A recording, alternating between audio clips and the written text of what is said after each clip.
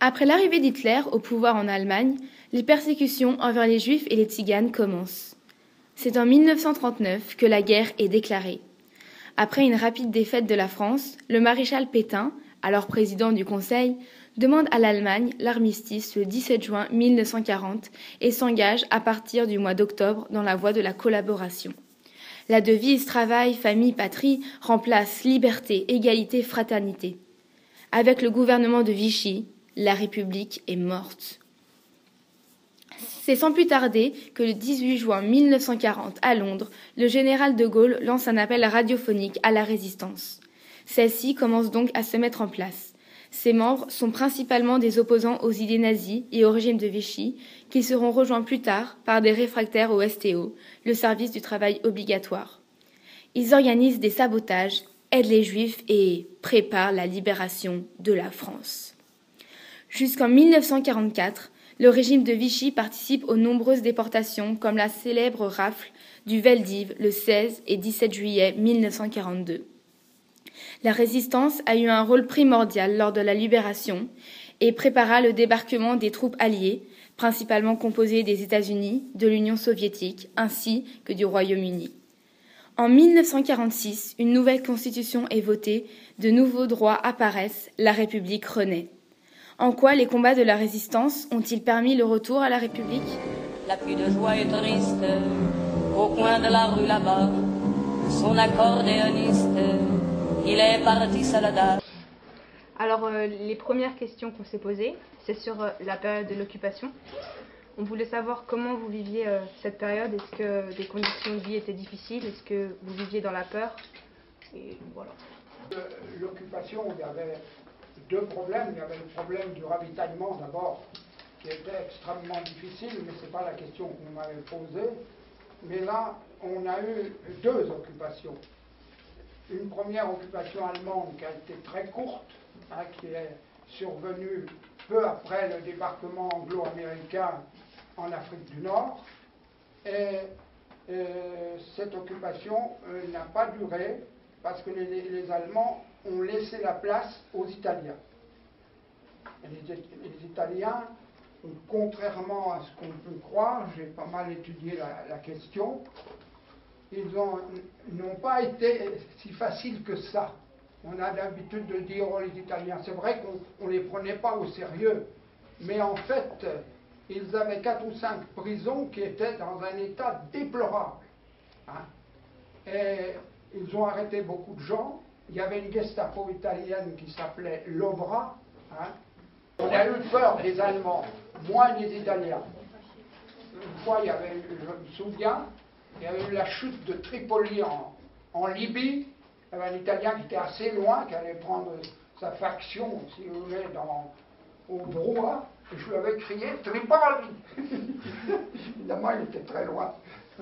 Donc, on avait moins peur des Italiens, mais l'occupation italienne n'a pas été quelque chose de facile. On avait peut-être tort de ne pas craindre les Italiens. Je vais vous dire aussi, moi, j'ai quand même eu peur, parce que mon père était au maquis, et réfractaire au STO, le jour de ses 40 ans, il a reçu une convocation pour aller à Königsberg. Et on avait donc peur des Allemands, et comme j'habitais rue des Marronniers, et que dans les premiers temps de l'occupation allemande, ils allaient s'entraîner sur le stade Albert Beau, où est le lycée des Glières, c'est là qu'il y avait le stade de foot à cette époque, on croisait les Allemands qui étaient encore assez arrogants et qui étaient au repos. Ils chantaient. Ils chantaient, oui. Alors je les croisais quand j'allais au collège. Donc, on n'était pas tellement rassurés. Il faut dire qu'il valait mieux rester sur ses gardes.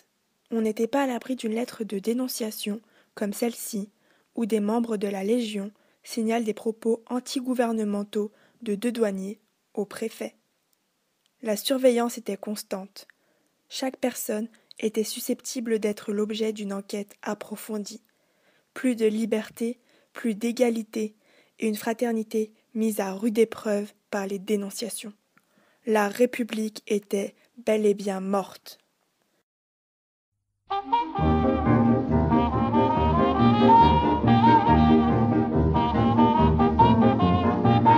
avait faim. Oh, on avait toujours faim, toujours faim. Ah ben, moi, je me rappelle aller prendre le train, ramasser une pomme de terre qui était au bord de la route. J'ai ramassé une pomme de terre parce qu'à midi, je devais faire chauffer ma gamelle et je faisais cuire ma pomme de terre. J'ai ramassé une pomme de terre au bord de la route. Tellement vous aviez faim. Ah ben, Pardon? oui. Tellement vous aviez faim.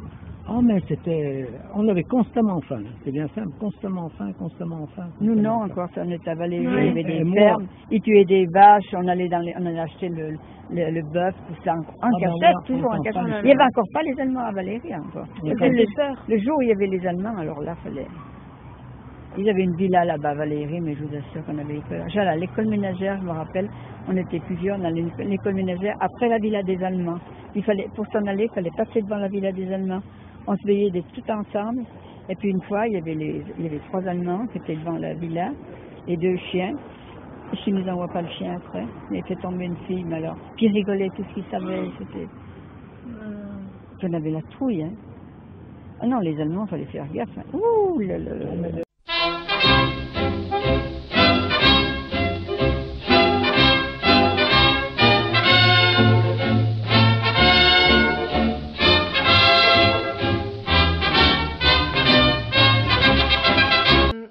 Donc nous, aujourd'hui, avec notre recul, on sait qu'à l'époque, il y avait beaucoup de propagande et de censure. Est-ce que vous, durant l'occupation, vous ressentiez cette propagande et cette censure? Oui, alors là, oui. Jusqu'à la digestion. Il n'y avait que ça. D'abord, Tu te réponds un peu. le portrait de Pétain était partout. Hein. Il était dans les salles de classe et progressivement, avec des sarbacanes, on l'arrangeait un petit peu. Alors, les profs avaient peur d'être inquiétés. Hein. Et surtout ça au collège. Hein. Dans les bistrots, dans les boulangeries, partout. C'était les plus grands, partout. Les billets de banque, Pétain. Alors à la fin, il y avait un truc avec un pêcheur, on s'arrangeait pour coller un timbre de Pétain, comme si le pêcheur voulait étrangler Pétain. Bon, Sur les timbres de mais poche. c'était tout à la fin, ça, hein, attention. Divinisé, il était divinisé. Ouais. Bien entendu, les questions toujours dans la presse, c'était pas le petit dauphinois, presse collaborationniste. Bon, on parlait des moindres faits et gestes de Pétain, puis ensuite de Laval, parce qu'il y a eu un basculement à un moment donné. Donc, cette présence était... Et puis, là, il y avait la police de Vichy, on ne le savait pas bien, nous, parce qu'il y avait quand même... les renseignements généraux départementaux étaient installés à côté de la gare d'Annemasse, parce que c'est toujours le même problème, c'est la frontière. Hein. Si Annemasse a été important dans le domaine de la résistance, c'est à cause de la frontière suisse. Les passages clandestins, les réseaux, on y reviendra. Propagande, mais aussi censure, comme en témoigne cette perquisition, jusque chez un marchand de musique d'Annemasse, par le commissaire de police à la demande des autorités de Vichy. Quant à la souveraineté du peuple, il n'en est plus question, car les nominations remplacent les élections afin d'éliminer des opposants avérés ou potentiels. C'est dans les villes surtout que Vichy a éliminé le maire sortant, hein, et son conseil. Annemasse, ils ont tous été éliminés. En 41. C'est un nommé Collardet, qui était un industriel et qui était très marqué du côté de Vichy et qui a reçu beaucoup de cercueils, qui a finalement eu peur et qui a foutu le camp. Hein, il a été remplacé par Defoe, qui s'est engagé avec Broussard. Hein, Donc Defoe qui n'avait jamais été élu. Ouais. C'est une délégation de Vichy. Hein.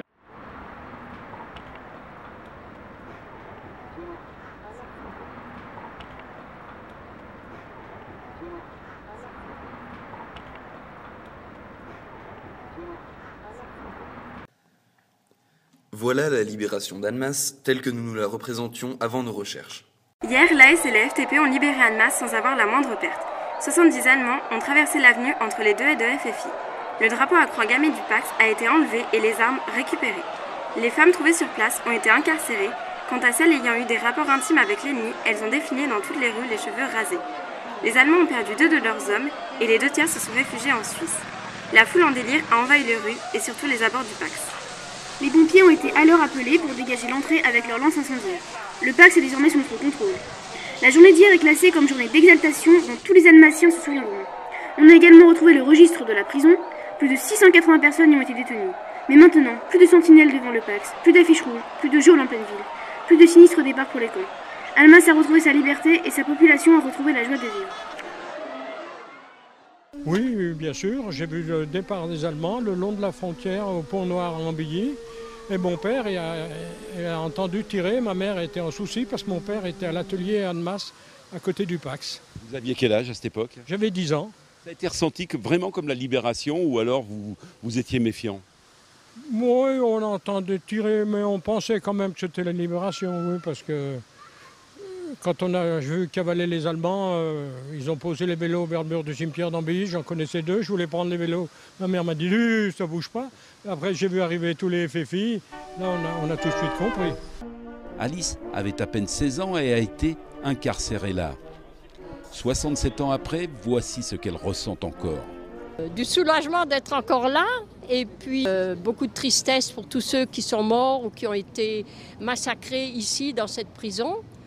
Et particulièrement pour ceux qui étaient avec moi dans ma cellule, Madame Perrin, Marianne Cohn, et puis beaucoup de tristesse pour mon copain qui n'a pas pu venir aujourd'hui. Vous y avez cru à la libération quand ils sont venus vous libérer? Alors je vais vous dire une chose, à aucun moment je n'ai pensé mourir alors que j'étais condamnée à mort. Mais ça c'est parce que j'avais 16 ans, vous voyez. À l'heure actuelle j'aurais beaucoup plus peur.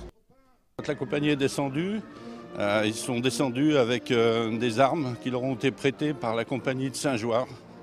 Parce que sur les 120, il n'y en avait que 80 d'armés en réalité. Et les 40 autres, ils sont descendus avec leur bonne volonté. Voilà. Monsieur Amoudru et Gavard ont tenu à nous mettre en garde face à une vision trop romanesque ou héroïque de la guerre. La libération de l'Annemasse, on ne pourrait pas dire qu'il y a eu des combats acharnés. Il y a eu des endroits où il y a eu des combats, par exemple la libération de Cluse. Les Allemands sont venus d'Annecy pour essayer de libérer leur garnison. Ils ont été attendus au pont de Marigné, ils ont eu des pertes et ils n'ont pas pu atteindre Cluse. Vous voyez, il y a eu des endroits où il y a eu des combats. Hein. À Thonon aussi, il y a eu des morts.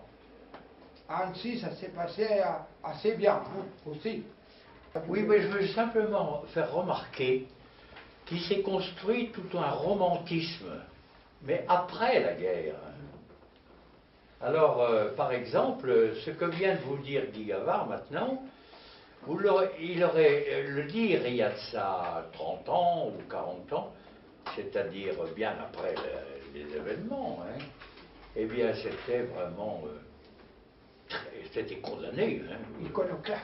C'était iconoclaste. C'est seulement maintenant qu'on arrive à dire ces choses.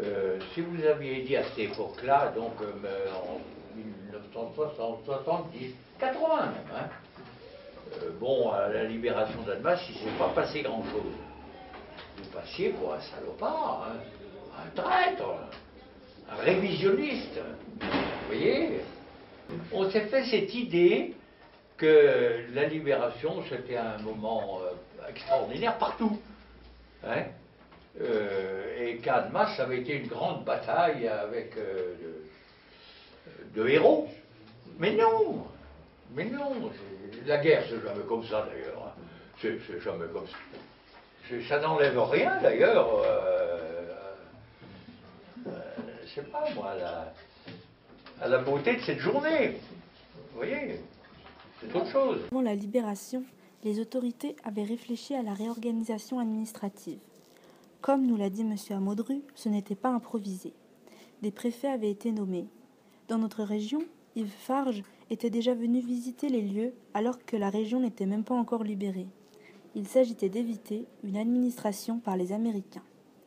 Les comités départementaux ont été créés, ils prenaient l'avis des comités locaux. Un certain nombre de maires sont restés à leur poste. Ils étaient maires avant, le sont restés pendant et après la libération, cela surtout dans les villages. Mais la plupart du temps, ils étaient changés dans les premières semaines après la libération.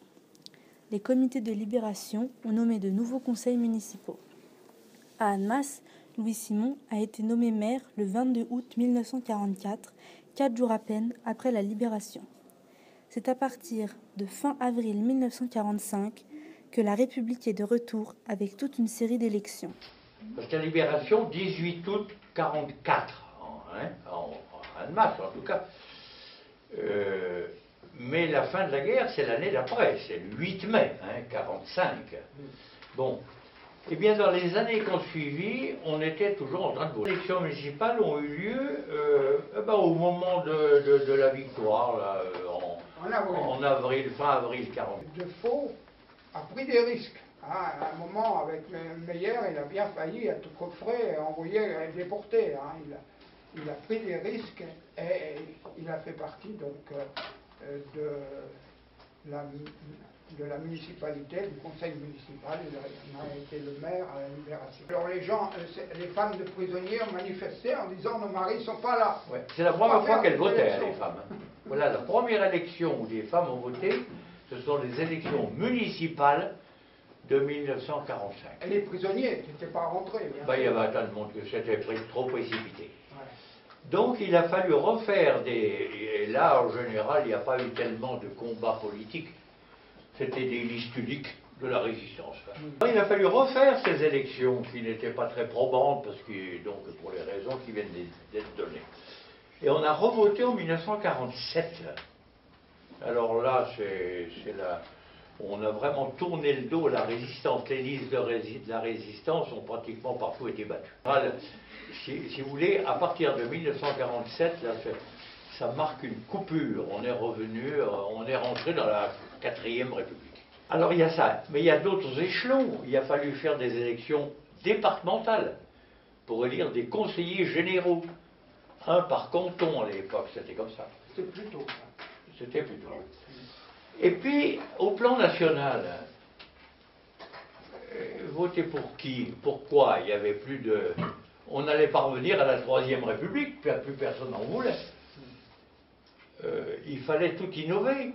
Donc il a fallu d'abord élire une assemblée constituante, c'est-à-dire une assemblée qui allait faire une constitution, la constitution de la 4e République, avec approbation par référendum. On recevait, je me rappelle très bien, moi, que je n'étais pas électeur, il fallait avoir 21 ans à l'époque. On recevait donc le bulletin de vote, oui ou non. Et puis avec ça, on avait une grande feuille avec le texte de la Constitution, alors écrit en tout petit. Et puis il fallait se farcir ça. La plupart des gens ne l'ont pas lu. Ils sont allés voter oui ou non, sans savoir ce qu'ils votaient. Comme toujours les référendums d'ailleurs, malheureusement. Voilà. Comme nous l'a dit M. Amodru, certaines élections étaient précipitées et beaucoup de citoyens manquaient à l'appel. Les prisonniers de guerre, les requis du STO et les déportés. Les prisonniers reviennent chaque jour par milliers. Pour eux, le cauchemar est fini.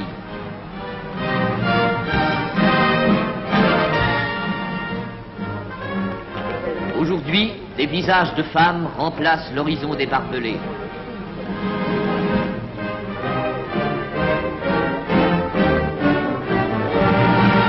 Les déportés reviennent, eux aussi. Ces Français, parce qu'ils ont été les premiers résistants, parce qu'ils ont dit non à l'occupant, parce qu'ils ont maintenu la France, ont été jetés dans des camps qui étaient des bagnes, dans des bagnes qui étaient déjà des cimetières. Revêtus encore de leur livrée de forçat, ils retrouvent la vie dans une France libre pour laquelle ils ont sacrifié leur propre liberté.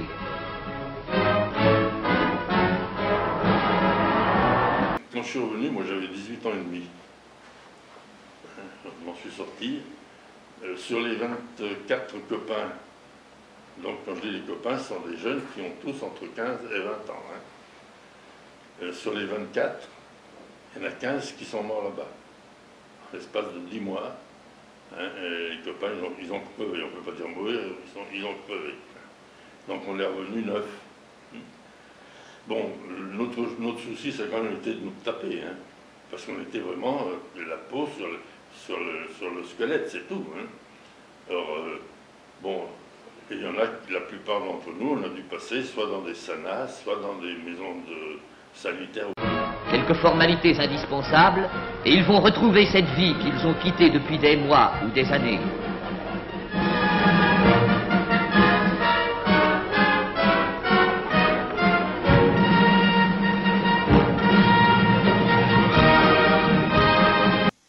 L'archive parle de quelques formalités administratives. En réalité, il s'agissait de beaucoup plus. Ils pouvaient obtenir une carte de rapatriement, des habits et de l'argent pour les aider à recommencer une nouvelle vie. Cependant, on se renseignait de façon très précise pour déceler parmi les rapatriés d'éventuels collaborateurs qui essayaient d'échapper à l'épuration. Le voyage, il a mis une semaine pratiquement à se faire. Hein. Parce qu'il a fallu aussi, ce qu'on ne dit pas, c'est qu'il a fallu passer devant des flics, des renseignements généraux.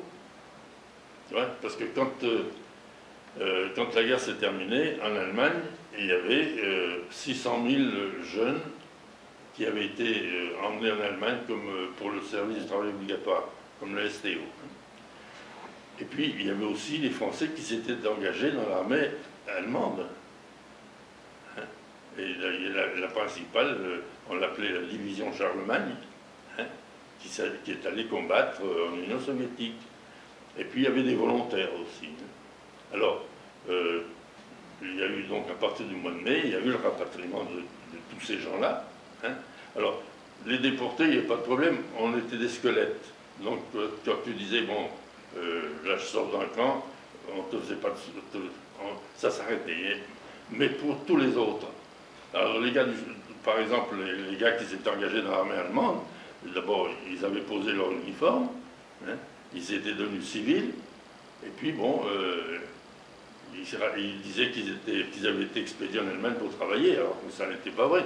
Et les renseignements généraux, bon, ben, les questionnaient, puis je ne sais pas ce qu'ils ont fait après, mais enfin, et nous on était pratiquement laissés en paix, mais on était obligé de suivre le convoi dans lequel on était. Hein. Alors, tu sais, tu avais des fois 2 jours d'arrêt à Strasbourg ou dans une autre ville, parce que le convoi, il était prévu que le convoi s'arrêterait là et qu'on passerait devant un groupe de renseignements généraux. Quoi.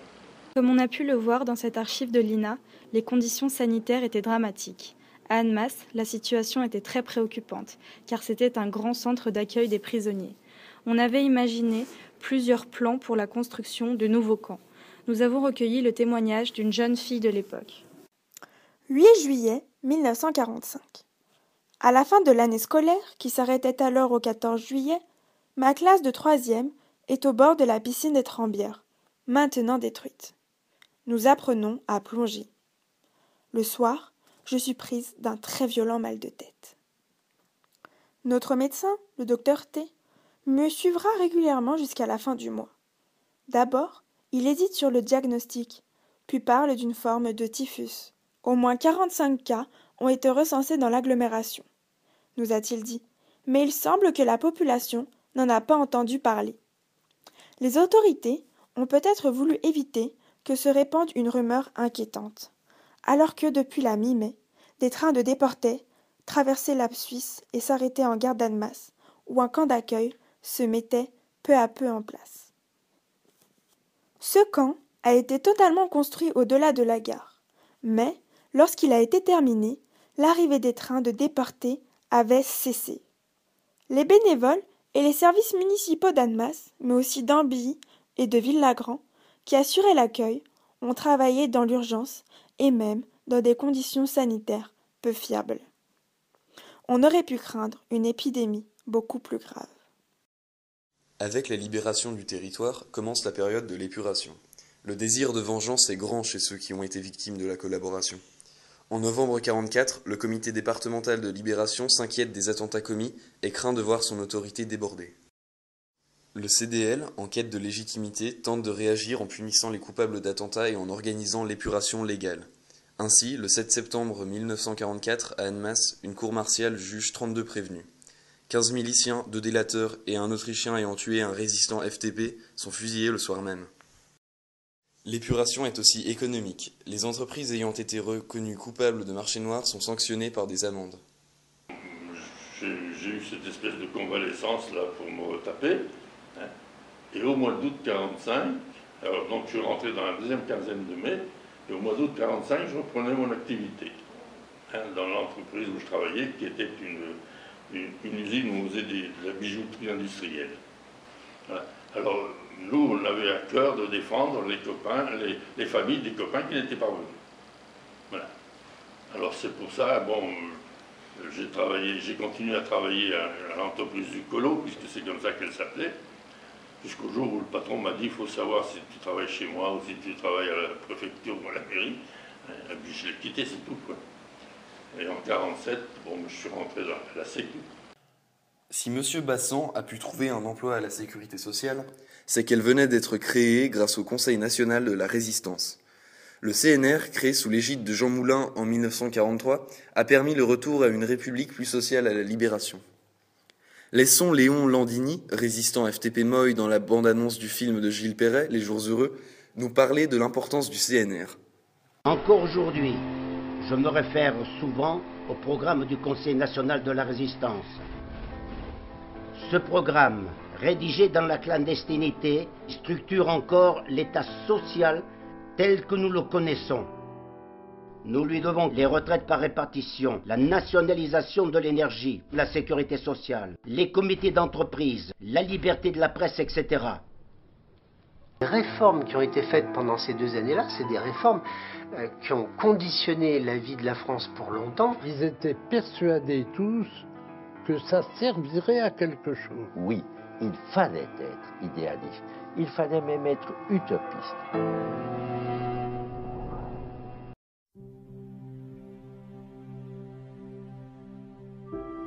Cette période dramatique a laissé de nombreuses traces dans la mémoire collective que l'on entretient à travers de nombreuses plaques et monuments à Annemasse. Ce sont autant de marques qui rappellent les combats de ceux qui ont lutté pour la liberté, l'égalité, la fraternité.